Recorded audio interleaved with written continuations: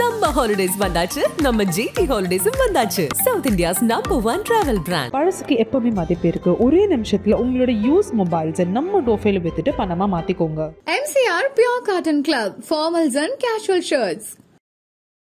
திவ்யா என்ற ஒரு மாணவி கல்யாணம் முடித்து ஒரு பெண் குழந்தை சின்ன குழந்தையா இருக்குது. கணவர் எலக்ட்ரீஷியன். ஒரு 26 வயதுலேயே எலக்ட்ரிக்கல் வேலை பார்க்கணும் சாக்கடிச்சு இறந்து போயிடுறாங்க. இந்த அம்மா அந்த 20 வயது பருவத்தில் விதவை ஆயிடும். படிக்குது 5 மாதத்தில் தேர்வு நெருங்குது.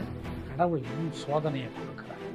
அதுக்கு ஒரு இதய நோய் வருது. ஆப்ரேஷன் நடக்கிற அன்னைக்கு நான் மனதார ஒரு நல்ல செய்திக்காக அவங்க வீட்டிலேருந்து வரக்கூடிய ஃபோனுக்காக காத்து கிடந்தேன். வெளியில் யார்ட்டையுமே சொல்லலை. அதற்கடுத்து ஃபோன் வந்துச்சு. ஆப்ரேஷன் முடிஞ்சிருச்சு நல்லபடியாக. அடுத்து ஒரு 3 மாதத்தில் குரூப் ஒரு பரீட்சை வந்துருச்சு. எழுதிச்சு, வெற்றி பெற்றுருச்சு.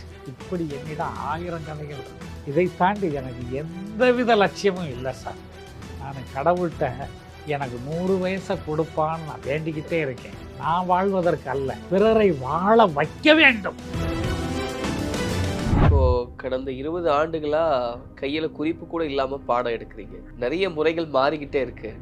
நிறைய மாற்றங்களை நம்ம பார்த்துருக்கோம். எப்படி உங்களை நீங்க அப்டேட் பண்ணிக்கிறீங்க? ஒவ்வொரு நாளும் நான் இரவு 12 மணி வரைக்கும் படிக்கிறேன். என் வீட்டில் நீங்க பார்த்தீங்கன்னா சுமார் ஒரு 15 லட்சம் ரூபாய் புத்தகங்கள் வைத்திருக்கேன். எல்லா துறைகளையும் எப்படி ஒருத்தர் சார் இதுக்கு அருமையான ஒற்றை வரி பதில் தான். இந்த ஆர்வம், ஈடுபாடு எல்லாரும் சொல்றது. நான் இதுக்கு மேல ஒரு வார்த்தை வச்சிருக்கேன் சார். கரைதல் மனநிலை. நீங்க எதை பார்த்தாலும், எந்த கேரக்டரை பார்த்தாலும் இதை செய்யணும்னு நினைச்சிட்டீங்கன்னா வானம் என்பது தொட்டுவிடும் தூரம். உயிரே போனாலும், உயிர் போற நிலைமை வந்தாலும் இது செய்யக்கூடாதுன்னா நான் சொல்வது என்னன்னா, யார்கிட்டையும் லஞ்சம் வாங்காதீங்க. அதே போல எல்லாருக்கும் மரியாதை கொடுங்க. ஏன்னா நானே ரொம்ப பாதிக்கப்பட்டேன். ஏன்னா வறுமைப்படுறவங்களுக்கு எல்லாருக்குமே அது பெரிய காசு. அதனால நீ ஒரு 10 ரூபாயை, ஒரு 100 ரூபாயை லஞ்சம் வாங்கிட்டேன்னா அந்த கிராமத்துக்காரன் வெளியே போய் என்ன செய்வான், நீ நாசமா போக அப்படின்னு மண்ணள்ளி மனதால தூத்திட்டு போயிடுவான். நம்ம எதிர்பாராமல் செய்யும் எத்தனையோ விஷயங்களுக்கு நன்மதிப்பு சத்து காத்திருந்தாலும் கண்டிப்பாக கிடைக்கும். இப்போ கடந்த 20 ஆண்டுகளா கையில குறிப்பு கூட இல்லாம பாடம் எடுக்கிறீங்க. நிறைய முறைகள் மாறிக்கிட்டே இருக்கு. நிறைய மாற்றங்களை நம்ம பார்த்துருக்கோம். எப்படி உங்களை நீங்க அப்டேட் பண்ணிக்கிறீங்க? அருமையான சூப்பர் கேள்வி சார் இது. அதாவது ஒவ்வொரு நாளும் நான் இரவு 12 மணி வரைக்கும் படிக்கிறேன். என் வீட்டில் நீங்க பார்த்தீங்கன்னா சுமார் ஒரு 15 லட்சம் ரூபாய் புத்தகங்கள் வைத்திருக்கிறேன். நீங்க என்னிடம் எதை பற்றி வேண்டுமானாலும் கேள்வி கேட்கலாம். சுருக்கமாக சொல்கிறேன். நீங்கள் அப்படியே போகிற போக்கில் சொல்கிறீங்க, இந்த சூரியகுமார் யாதவை பற்றி சொல்லுங்களேன் அப்படிங்கிறீங்க. நான் அடுத்து உங்களுக்கு அதுக்கு என்ன பதில் சொல்லுவேன்னா, சூரியகுமார் யாதவை பற்றி தானே, 360 பற்றி தானே. 1 நிமிஷம் சொல்லவா, 5 நிமிடம் சொல்லவா, 50 நிமிடம் சொல்லவா, 5 மணி நேரம் பேசுவாங்க. சரி, அதை விடுங்க. வாசிப்புல ஒரு சூரியகுமார் யாதவ். ஆமாம். அடுத்து 360 எங்க வேணா கேளு, நான் அடிக்கிறேன்னா. அடுத்து சரி, அதை விடுங்க. இந்த சிம்புவை பற்றி சொல்லுங்க அப்படின்னாலும் சொல்லுவேன். இப்போ சிவகார்த்திகேயன் என்ன நடிச்சுக்கிட்டு இருக்கிறாரு, அடுத்து என்ன ரிலீஸ் ஆக போகுது, இந்த வாரம் வெள்ளிக்கிழமை ரிலீஸ் ஆன படங்களை எது சார் டாப்பு அப்படிங்கிறதுனாலும் சொல்லுவேன். இந்த ரஷ்யா உக்ரைன் போரை பற்றி கேட்டாலும் மணிக்கணக்காக பேசுவேன். இல்லை நீங்கள் எதை பற்றி கேளுங்க, எந்த சப்ஜெக்ட் வேணாலும் கேளுங்க. ட்ரம்ப் திரும்ப ஆட்சிக்கு வந்துட்டாரே, இப்போது அவரது நிர்வாகம் எப்படி இருக்குது, நமக்கும் அமெரிக்காவுக்கும் உள்ள உறவு எப்படி இருக்குது, அமெரிக்காவுக்கும் ரஷ்யாவுக்கும் உள்ள உறவு எப்படி இருக்கிறது அப்படிங்கிறத பற்றி கேட்டாலும் அருமையாக விளக்கி சிறு குழந்தைகளுக்கு சொல்வதுல ரசிப்பான மனநிலையில் சொல்லுவேன். அப்போ யார் யார் எந்தெந்த பதவியில் இப்பெல்லாம் இருக்கிறாங்க அப்படிங்கிறத கேட்டாலும் சொல்லுவேன். ஆக மொத்தம் என்னை நான் புதுப்பித்து கொண்டே இருக்கேன். எப்படி சாத்தியம் சார்? எனக்கு அவ்வளவு ஆச்சரியமா இருக்கு இந்த மாதிரி எல்லாம் கேட்கும் போது. அந்த மனிதர்களை பார்க்கும் போது பேராசிரியர் ஞானசம்பந்தன் சுஜாதா அவர்கள் குறித்து பேசும்போது வாரத்துக்கு 21 பத்திரிகைகளுக்கு இவர் கதை எழுதணும் அப்படின்னு, எப்படி வாய்ப்பு அது சாத்தியம் அப்படின்னு அவர்கிட்ட கேள்வி எழுப்பின சமயத்துல, அதான் வாரத்துல 7 நாள் இருக்கு அப்படின்னு அவர் சொன்னதா இவர் சொல்லி அதை முடிப்பார். அது எப்படி? ஏன்னா இன்னைக்கு எங்களுக்கெல்லாம் மொபைல் பார்க்கறதுக்கு நேரம் பத்தல. நீங்க இந்த கேள்வியிலே ஒரு பதில் வச்சிருக்கேன் சார். எனக்கு மானசீக ஆசான் சுஜாதா தான். சுஜாதாவை நான் பார்த்ததில்லை. ஆனால் அவரது கதை புத்தகங்கள் 6ஆம் வகுப்புலேருந்து நான் 6ஆம் வகுப்பு படிக்கிறதுலேருந்து படிச்சுக்கிட்டே இருக்கேன். அதாவது அவரை பார்த்து வியந்திருக்கிறேன். எப்படின்னா, பட்டினத்தார் பற்றியும் பேசுவார். இன்னைக்கு லேட்டஸ்ட் கம்ப்யூட்டரில் என்ன வந்திருக்குன்னு சொல்லுவார். ஒரு மனிதனால் எப்படி இப்படி உருவாக்க முடியும்? ஒரு பக்கம் கிரிமினல் கதை எழுதுகிறார், குற்றக்கதைகள் எழுதுகிறார். இன்னொரு பக்கம் கிராமப்புற கதைகள் வந்து எழுதுவார். அப்போ இதையெல்லாம் பார்க்கும்போது அப்பா, இந்த பன்முகத்தன்மை எப்படி இவருக்கு வந்துச்சு? நான் உண்மையிலே இரவெல்லாம் தூங்காமல் யோசிச்சிருக்கேன். அப்போ நம்ம மானசீக குரு சுஜாதா தான். அவர் ஒரு தொடர் எழுதினார், ஏன் எதற்கு எப்படின்னு ஒரு தொடர். அதில் வந்து அத்தனை விஷயங்களையும் சொல்லியிருக்கிறார். இதையெல்லாம் பார்க்க பார்க்க பார்க்க எனக்குள்ளேயே நாமும் அந்த அடியொற்றி விடவே கூடாது. நம்ம உண்மையிலே பிக்கப் பண்ண உண்மையிலே சுஜாதா அவர்களை பார்த்து சுஜாதா வந்து எனது மானசீக குருவே நான் சொல்லுவேன் சார். ஆமாம், உண்மையிலே சுஜாதா அப்படின்னு நம்ம படிக்காத புத்தகங்களே இருக்கக்கூடாதுன்னு நினைப்பேன். அது எனக்குள்ள மிகப்பெரிய ஒரு ஆற்றலை வந்து உருவாக்கி இருக்குன்னு நான் மனதார நம்புறேன் சார். நீங்க எப்படி எந்த திறமைசாலி இருந்தாலும் சரி, அவர்கிட்ட என்ன ஒளி விடுது. ஒரு பாலச்சந்தர் படத்தை பார்க்குறேன். பாலச்சந்தர் வந்து கேமராவை எங்கே வைக்கிறாரு, எப்படி காட்டுறாரு. 2 கேரக்டர்கள் வந்து உரையாடுதுன்னா அந்த சீனுக்கு ஏற்ற மாதிரி ஒரு சிலை இருக்கும், ஒரு ஃபோட்டோ இருக்கும். ஒன்றை வந்து அப்படியே வந்து மங்கலாக காட்டுவார். அந்த பேசுகிற கேரக்டருக்கு ஏற்ற இதை வந்து அப்படி பிரைட்டாக காட்டுவார். ஒவ்வொரு பாடலும் அவர்கிட்ட வந்து ஒரு வித்தியாசமாக 50 வருடங்களுக்கு பின்னால் எடுக்க வேண்டிய படங்களை எல்லாம் முன்னாடியே எடுத்து விட்டார். அப்போ அவரை பார்த்து நான் ஆச்சரியப்படுறேன். முதல் படமே நீர்க்குமிழி, அபசகுணமாக நீர்க்குமிழி எங்கும் நிலைத்து நிற்பதில்லை. அவரோட போஸ்டர் பூரா கருப்பு கலரில் தான் இருக்கும். துக்கத்தின் நிறமாக, துக்கத்தின் ஒரு இதாக கடைப்பிடிக்கக்கூடிய கருப்பு கலரில் தான் போஸ்டரே வந்து அடிப்பார். அவரோட எழுத்துக்கள் பார்த்திங்கன்னா ஒரு அப்படி இப்படி போட்டு உள்ள பாலச்சந்தர் அப்படின்னு விழுகும். எல்லா படங்கள்லையும் பாலச்சந்தர்னு எழுத்து விழுகும்போது எல்லா படங்கள்லையும் மற்ற டைரக்டர்கள் பேர் போடும்போது ஒரு மியூசிக் வரும்.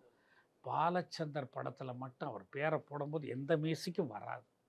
இப்படி நுட்பமாக நான் வந்து நோட் பண்ணியிருக்கேன் சார். அப்போ ரொம்ப வித்தியாசமாக இருக்கிற, புதுமையாக இருக்கிறது எனக்கு ரொம்ப ரொம்ப பிடிக்கும். அப்போ அதுதான் சார் நீங்கள் சொல்கிறீங்க, சுஜாதா அவர்களை பார்த்து நான் வியந்தேன் அப்படின்றீங்க. இப்போ நீங்கள் சொல்கிறீங்க இவ்வளவு சூரியகுமார் யாதவ் மாதிரி எல்லா பக்கம் நான் அடிக்கிறேன் அப்படின்னா அது எப்படி சாத்தியம்? அதுக்கு ஏதாவது சூட்சமா இருக்கா சார்? எல்லா துறைகள்லையும் எப்படி ஒருத்தர் வந்து அதுல இதுக்கு அருமையான ஒற்றை வரி பதில் தான் நான் சொல்லுவேன். இந்த ஆர்வம், ஈடுபாடு எல்லாரும் சொல்றது. நான் இதுக்கு மேலே ஒரு வார்த்தை வச்சிருக்கேன் சார், கரைதல் மனநிலை. நீங்க எதை பார்த்தாலும், எந்த கேரக்டரை பார்த்தாலும் இதை செய்யணும்னு நினச்சிட்டிங்கன்னா அதில் A to Z அப்படியே உள்ளே வந்து பூந்துடுறீங்க. இந்த தண்ணீரோடு உப்பை கரைந்து விட்டுறீங்க. கொஞ்சம் நேரம் கழித்து உப்பும் தண்ணீர் ஒன்றோடு ஒன்று, எது உப்பு எது தண்ணீர் கண்டுபிடிக்க முடியாது. அதுபோல் நமது மனநிலையை வச்சுக்கிட்டா வானம் என்பது தொட்டுவிடும் தூரம். அது சாத்தியம், சத்தியமா சாத்தியம் சார். உண்மையிலேயே உதாரணத்துக்கு சொல்ற ஒரு பத்திரிகை எடுக்கணும். நம்ம ஒரு சிலர் சினிமாவை பத்தி மட்டுமே பார்ப்பாங்க, சிலர் அரசியலை பத்தி மட்டுமே பார்ப்பாங்க, சிலர் வணிகத்தை பத்தி மட்டுமே பார்ப்பாங்க, சிலர் அயல் நாட்டுல என்ன நடக்குதுன்னு பார்ப்பாங்க. ஒவ்வொரு மனிதர்களுக்கு சிந்தனை வேறையா இருக்கு, ரசனை வேறையா இருக்கு. அப்போ எப்படி இது எல்லாத்தையும் நான் வந்து பார்க்க முடியும் அப்படின்றது எப்படி? இதுக்கு பேர் தான் சார் கரைதல் மனநிலை. கரைதல் மனநிலையில் நான் வந்து இப்போ பேப்பர் வருதுன்னா பேப்பரோட இணைப்பாக கொடுக்குறாங்க பாருங்க புத்தகம், எல்லாத்தையும் படிப்பேன். சினிமா செய்திகளும் படிப்பேன், மற்ற எல்லா செய்திகளையும் படிப்பேன். ஒரு உதாரணத்துக்கு சொன்னால் விகடனில் வரக்கூடிய வலை பாயுதே அப்படின்னு ஒரு பகுதி வருது. அதில் 2 வரி கமெண்ட்டை ஒவ்வொன்றும் ஒரு நாவல் எழுதலாம். அதுக்கான கரு உள்ளே இருக்கு. நான் வந்து விகடனுக்கு நான் வந்து சொல்லுவேன், ஐயா இதை பூரா விரைவில் வந்து புத்தகமாக தொகுத்து போடுங்கய்யா, பலமுறை சொல்லியிருக்கேன் சார். அந்த மாதிரி தான் இதெல்லாம் வந்து சார். அதாவது வாழ்க்கை வந்து வாழ்வதற்கு தான் சார்.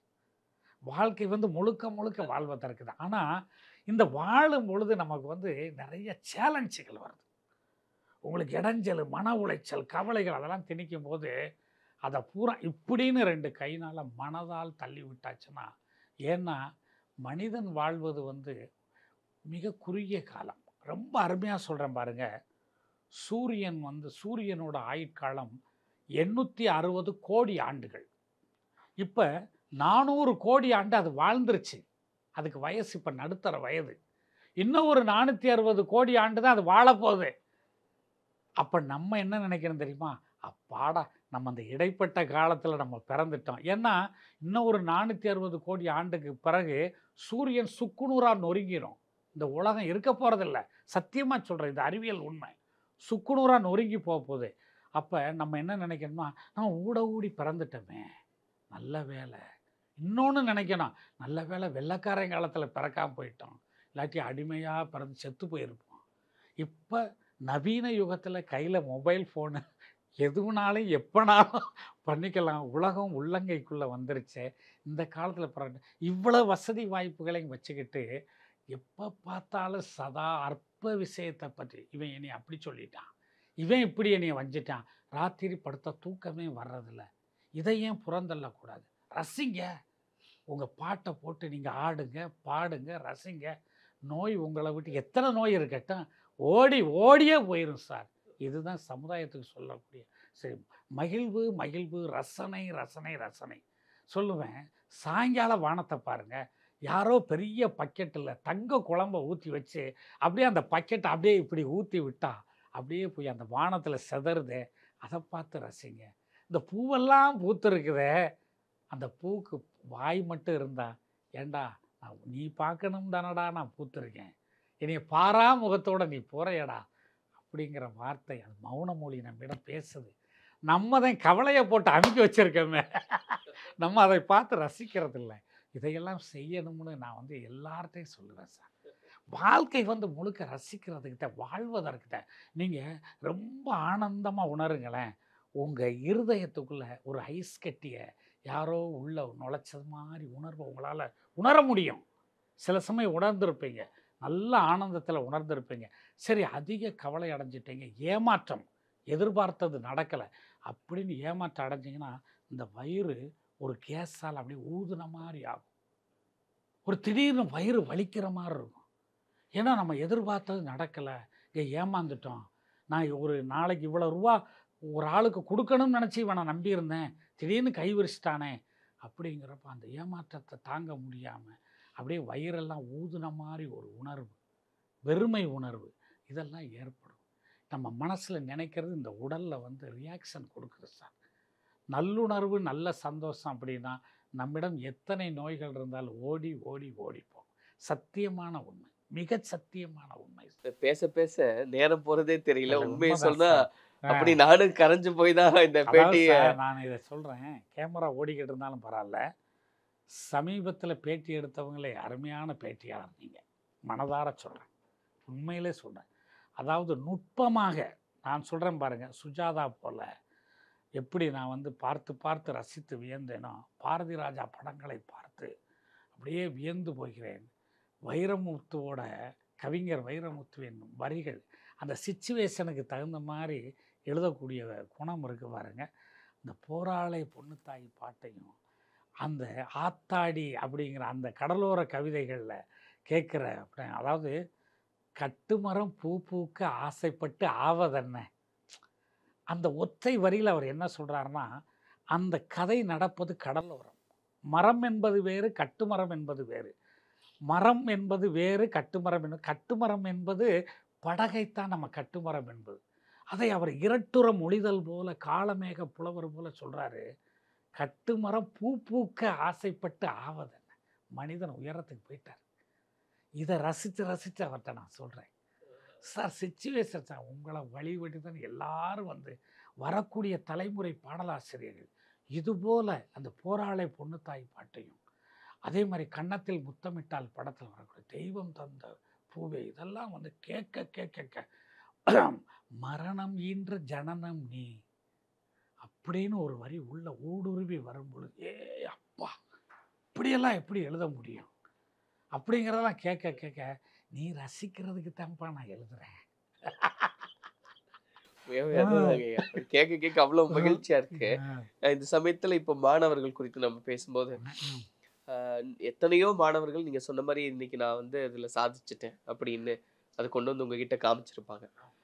உண்மையிலேயே பல நெகிழ்ச்சியான நினைவுகள் இருக்கும் உங்களுக்கு. ஏதாவது ஒண்ணு இப்ப சொல்லணும்னா அந்த மாணவன் என்கிட்ட கொண்டு வந்து கொடுத்தது, ஒரு அதிகாரியா மாறினது எனக்கு இன்னைக்கும் நினைவில் இருக்குன்னா யார் குறித்து சொல்லுங்க? நிறைய நிறைய உதாரணங்கள் இருக்கு சார். அதுல ரொம்பையும் வந்து ஒரு உருக்கமான ஒரு நிகழ்வு என்னன்னா, திவ்யா என்ற ஒரு மாணவி மம்சாபுரத்தில் வந்து, மம்சாபுரம் என்ற ஸ்ரீவில்லிபுத்தூர் பக்கத்தில் இருக்கிற ஒரு மாணவி, கல்யாணம் முடித்து ஒரு பெண் குழந்தை, சின்ன குழந்தையா இருக்குது. கணவர் வந்து எலக்ட்ரீஷியன். ஒரு 26 வயதுலேயே எலக்ட்ரிக்கல் வேலை பார்க்கும்போது சாக்கடிச்சு இறந்து போயிடுறாரு. இந்த அம்மா அந்த 20 வயது பருவத்தில் வந்து விதவை ஆயிடுது. கையில் ஒரு பெண் குழந்தை. அவங்க அப்பா வந்து ஒரு பேப்பர் போடுறவர், செய்தி பேப்பர்களை வீடுகளுக்கு போடுறவர். சொற்ப வருமானம், வேறு எந்த இதுவும் இல்லாமல் ஒரு பித்து பிடித்தது போல், பைத்தியம் பிடித்தது போல் இந்த பெண் வந்து வீட்டில் இருக்கிறார்.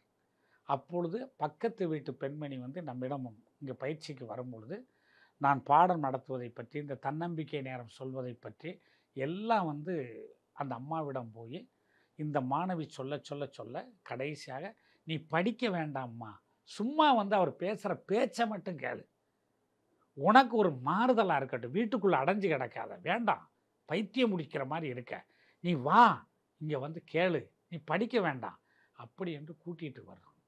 அந்த திவ்யா வந்து சும்மா வந்து இப்படி கேட்டுட்டு தன்னம்பிக்கை நேரத்தை 2-3 வாரம் கேட்டுட்டு போயிடுது. போன உடனே அதுக்குள்ளே ஒரு மனமாற்றம், நம்ம படிக்கணும், நம்ம ஜெயிக்கணும், நம்ம பிள்ளைய வளர்க்கணும், நம்ம குடும்பம் அம்மா அப்பாவையும் காப்பாற்றணும், ரொம்ப வறுமையின் உச்சத்தில் இருக்காங்க, படிக்க வருகிறது. அடுத்து படிப்பு அதுக்கு ஆர்வம் வந்து விடுகிறது. படிக்குது 5 மாதத்தில் தேர்வு நெருங்குது. கடவுள் இன்னும் சோதனையை கொடுக்குறார். அதுக்கு ஒரு இதய நோய் வருது. அப்போது ஹெல்த் கார்டில் வந்து அப்போலோ ஆஸ்பத்திரி மதுரையில் போய் நான் அந்த ஹெல்த் கார்டை ஏற்பாடு பண்ணி அது போய் ட்ரீட்மெண்ட் எடுக்கிறதுக்கு போகும்பொழுது அங்கே அவங்க என்ன சொல்லிட்டாங்க, ஆப்ரேஷன் பண்ணணும், ஆனால் இது சக்ஸஸ் ஆகிறதுக்கு 10% வாய்ப்பு மட்டும்தான் இருக்குது, அவங்க அப்பாட்ட சொல்கிறாங்க. இதை இந்த பெண் வந்து கேட்டுருச்சு. என்கிட்ட மறுவாரம் கிளாஸுக்கு வந்தவுடனே தேம்பி ஆறா அழுகுது. சார், டாக்டர் இப்படி சொல்லிட்டார் சார், நான் என்ன சார் செய்ய? நான் சொன்னேன் சார், உண்மையிலே ஏம்மா உன் மனசு வலிமை வாய்ந்ததாக மாற்றுமா, நீ ஜெயிச்சிருவம்மா, நீ ஆப்ரேஷன்லையும் ஜெயிப்ப, பரீட்சையிலையும் ஜெயிச்சிருவம்மா, வாம்மா நீ ஆப்ரேஷனை நல்ல நம்பிக்கையோடு போ, மனசில் ஒருவித இது கூட வேண்டாம் அப்படின்னு சொல்லிவிட்டேன். நீங்கள் சொன்ன ஒரு வார்த்தைக்காக நான் ஆப்ரேஷனை ஒத்துக்கிறேன் சார் அப்படின்னு போய் ஆப்ரேஷன் பண்ணிடுச்சு. ஆப்ரேஷன் நடக்கிற அன்னைக்கு நான் மனதார ஒரு நல்ல செய்திக்காக அவங்க வீட்டிலேருந்து வரக்கூடிய ஃபோனுக்காக காத்து கிடந்தேன். வெளியில் யார்ட்டையுமே சொல்லலை. அதற்கடுத்து ஃபோன் வந்துச்சு, ஆப்ரேஷன் முடிஞ்சிருச்சு நல்லபடியா அப்படின்னு சொல்லி வந்துச்சு. அடுத்து அப்படியே ஆப்ரேஷன் பண்ணி 1 வாரம் மட்டும்தான் வீட்டில் இருந்துச்சு. அடுத்து என் பயிற்சிக்கு தொடர்ந்து வந்துருச்சு. அடுத்து ஒரு 3 மாதத்தில் குரூப் 4 பரீட்சை வந்துருச்சு, எழுதுச்சு, வெற்றி பெற்றுருச்சு. இன்னைக்கு வந்து அது வந்து மீன்வளத்துறையில் அரசு பணியில் வேலை பார்க்குது சார். அது தன் சம்பாத்தியத்திலிருந்து தனது தங்கச்சிக்கு கல்யாணம் முடித்து வச்சிச்சு. அந்த கல்யாணத்துக்கு சிறப்பு விருந்தினராக நான் போய் மனதார வாழ்த்திட்டு வந்தேன். இதை விட எனக்கு இந்த பயிற்சி நடத்தணுங்கிறதுக்கு என்ன எனக்கு வேணும்? இதை விட எனக்கு என்ன சார் வேணும்? இப்படி என்னிடம் 1000 கதைகள் இருக்குது, 1000க்கு மேலே இருக்குது கதை சொல்வதற்கு. இடம்தான் நம்ம கேட்பதற்கும் போடுவதற்கு நேரமும் இடம்தான் இல்லை. இது வந்து சார் உண்மையிலே அது ஒரு தனி உலகமாக நான் பார்க்குறேன். அந்த பொண்ணு டிஎன்பிசியில் சென்னையில் வந்து ஆர்டர் வாங்கிட்டு காலையில் வந்து பஸ் இறங்கி வீட்டுக்கு போகலை, எங்கள் ஸ்ரீவில்லிபுத்தூருக்கு போகலை, நேராக விருதுநகருக்கு வருது. உங்கள்கிட்ட முதல்ல ஆர்டரை காட்டிட்டு தான் சார் நான் வீட்டுக்கு போவேன், தூங்காமல் வந்திருக்கேன், இன்னும் நான் சாப்பிடல, காலை சாப்பிடல அப்படின்னு அவங்க அப்பாவோட வருது. உண்மையிலே இதையெல்லாம் நினச்சி பார்க்கும் பொழுது நம்ம உண்மையிலே நம்ம ஆறு, நம்ம ஒரு மலை, எனக்கு தெரிந்தோ தெரியாமலோ மாரி முத்து என்று பெயர் வைத்து விட்டனர்.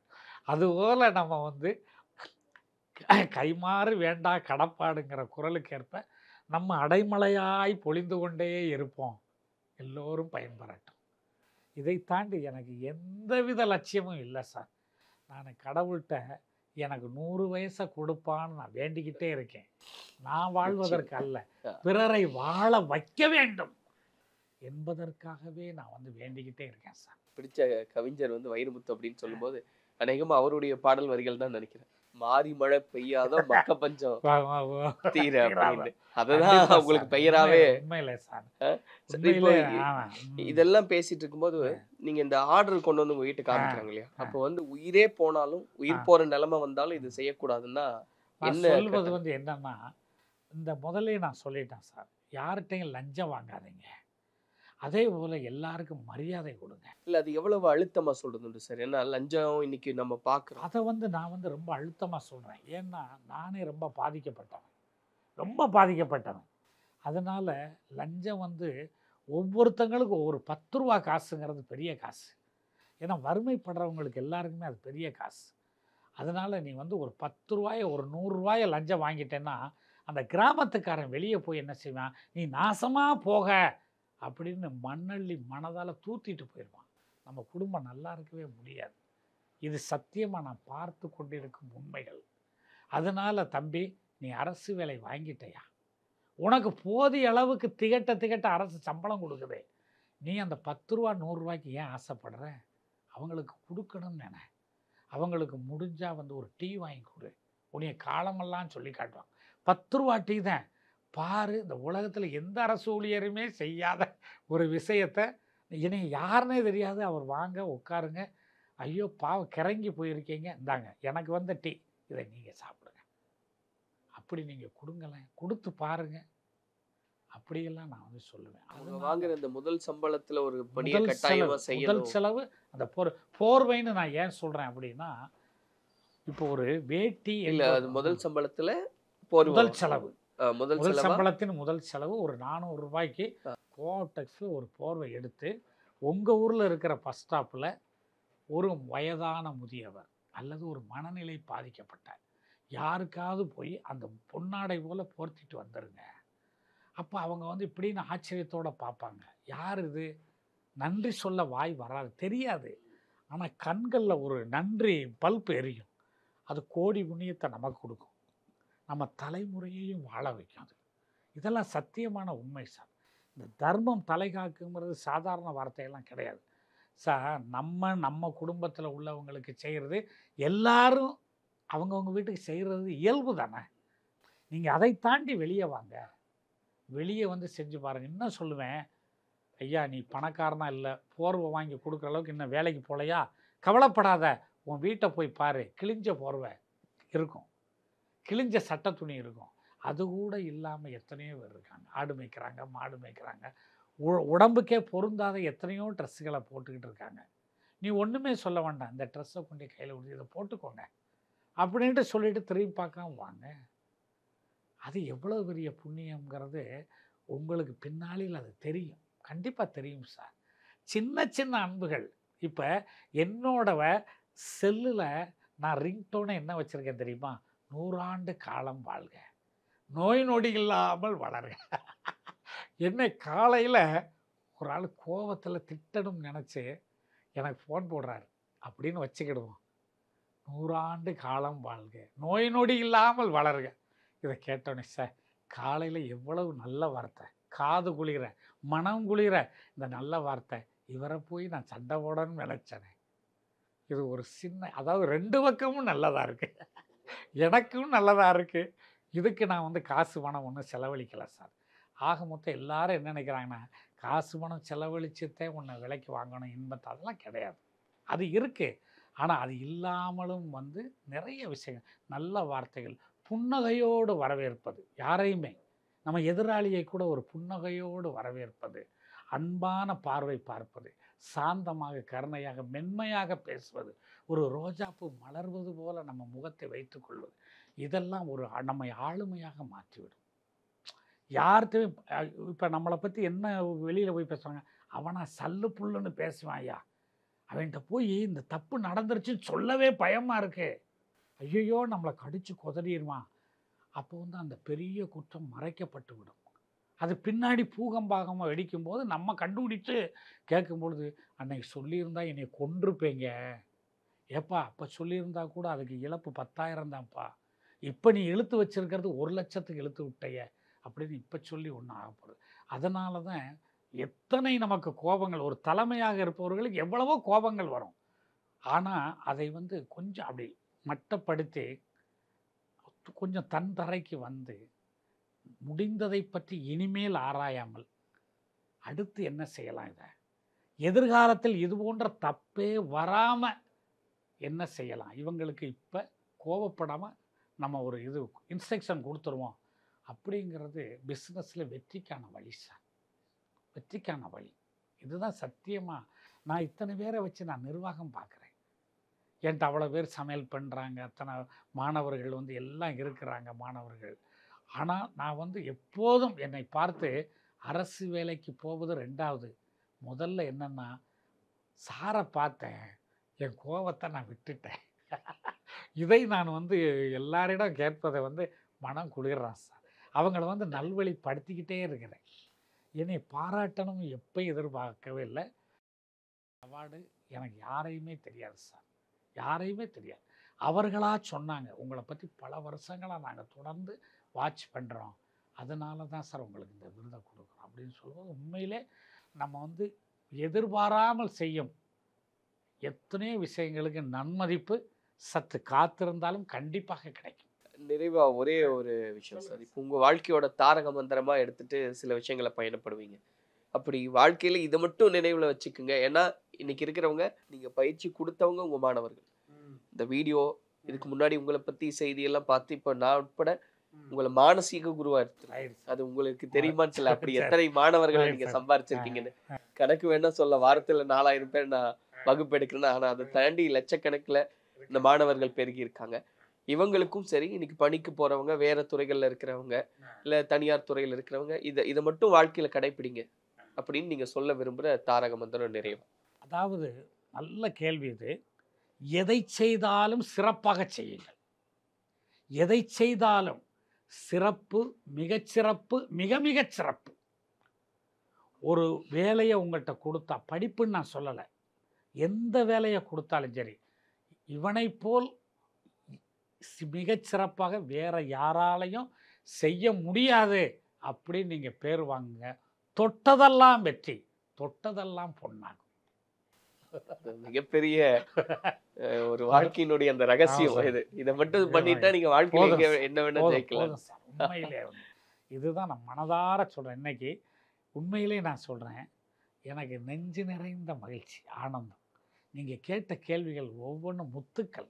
இந்த மாரி முத்து, இந்த முத்துக்கள் போன்ற கேள்விகளுக்கு உண்மையிலே ரசித்து நான் வந்து பதில் சொல்லியிருக்கேன். உண்மையிலே இது இளைய சமுதாயத்துக்கு ஒரு தாக்கத்தை ஏற்படுத்தி ஒரு முன்னேற்றத்தை கண்டிப்பாக கொடுக்கும்னு மனதார நம்புகிறேன். எனக்கு வாய்ப்பளித்த உங்களுக்கு மனதார நன்றி சொல்கிறேன் சார். ரொம்ப மனதார. இவ்வளவு நேரம் வந்து நேரத்தை ஒதுக்கி எங்களுடைய கேள்விகளுக்கெல்லாம் பதில் கொடுத்தீங்க. நிச்சயமாக பலருடைய வாழ்க்கையில் இது மிகப்பெரிய மாற்றங்களை உண்டு செய்யும் அப்படின்றத நாங்கள் நம்புகிறோம். நன்றி சார், மீண்டும் நன்றி சார். சம்மர் ஹாலிடேஸ் வந்தாச்சு, நம்ம ஜிடி ஹாலிடேஸும் வந்தாச்சு. South India's number 1 travel brand. பழசுக்கு எப்பவுமே மதிப்பு இருக்கு. ஒரே நிமிஷத்துல உங்களோட யூஸ் மொபைல்ஸை நம்ம டோஃபைல வித்துட்டு பணமா மாத்திக்கோங்க.